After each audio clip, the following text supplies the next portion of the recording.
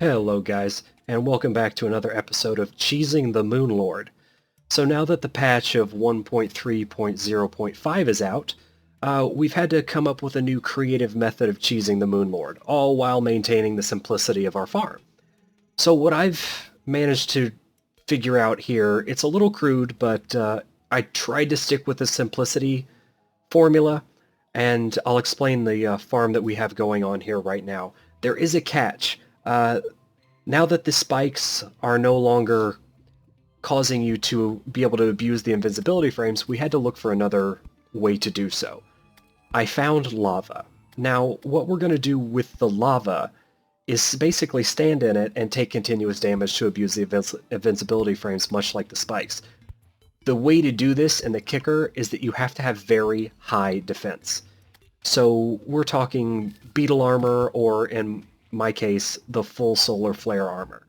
Uh, I also have the lucky, or doesn't matter what prefix you have, the celestial shell. It acts as like another well-fed buff. Minor increases to all stats. Werewolf at night. We have the Ankh shield that gives you another 4 defense.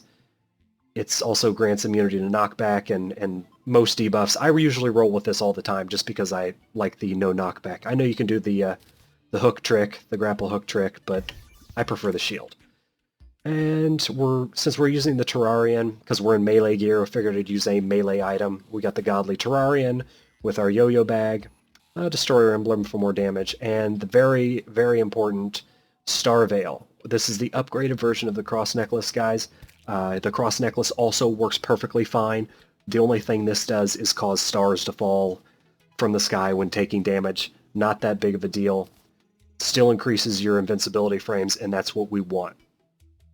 Now, another thing that I suggest rolling with for sure, you want some food for a well-fed buff, usually always. That's going to keep your defense up. Very important Iron Skin Potion. That's 8 extra defense. It's bumping me to 96 now. If you have a Dryad, and like a small little structure here, you can have her sitting up here. If she activates her buff, that's going to be, I think, another 8 extra defense, which is good. I don't know if there's a max defense. It might be 99. Another thing that's not mandatory, but it's very, very helpful because of our little heart farm here, is a heart reach potion. So that's going to extend the rate, I don't know if you just saw that, but it's going to extend the rate to pick up our hearts, so we're going to be absorbing the hearts from a longer range. Now, the wiring is very simple, you know, it's just the 1-second timer, the switch, and then the 3 hearts. That's the maximum you can have producing hearts at one time. You have your heart lamp, your campfire, and honey. And the reason why the honey is in this weird W shape, I'll show you, is you'll see we have the buff, but when we move over to the lava, the buff is ticking down. Now, as the buff ticks down, we can just kind of step over real quick into our honey and back over into the lava, and we have 30 seconds remaining on our timer. So I tried to make that as simple as possible, just to maximize all possible angles. But as you can see, when I'm standing in the lava, I'm taking between 8 and 5 damage. 8, 5, 8, and this is fantastic. I mean, this is lava we're standing in, so to be able to take that low of damage, that's what you want to go for. That's the reason we're stacking our defense. 60 hearts are being pumped out, or 60 health worth of hearts are being pumped out every 10 or 11 seconds, which is capping us off. So we're just going to sit here and pull our celestial sigil out, summon the Moonlord, and let's get to it. Let's show you guys what you came to see. Nighttime just hit. It kicked my defense up to 99 because I'm now in a werewolf form. So let's step out of here since we're just burning our health down for no reason. Wait for him to get here, and I'll show you the fight. And we'll put him back on cheese status, which I'm very excited about. And I get to play with the yo-yo. You can pretty much use any weapon that you want. The melee classes are definitely going to benefit from the solar flare armor the most because of the increased damage. It's just going to take longer than you're probably used to killing him with your armor of choice using the spike method. Not the end of the world, but, I mean, it is what it is. So, anytime, Mr. Moonlord, hop on up so I can start flailing on you. And here we go. So we're going to hop into our lava, wail away at his eyes, This is actually the first time I've really used the yo-yo, so don't make fun of me too much for not knowing really what I'm doing. But it's pretty good, wow. Burning down pretty quick.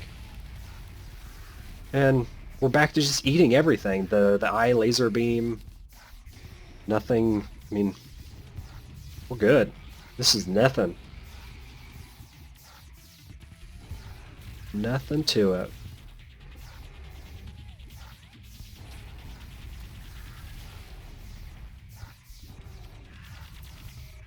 I'd suggest keeping some health potions just in case.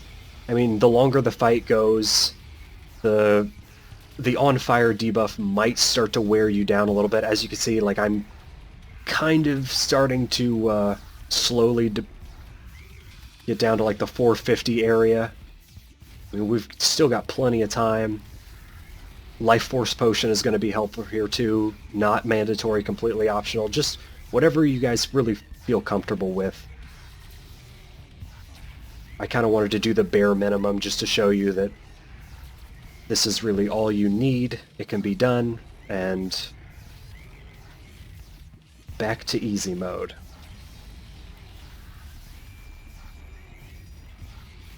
Almost done. A little slower than probably what you're used to, but hey, cannot complain.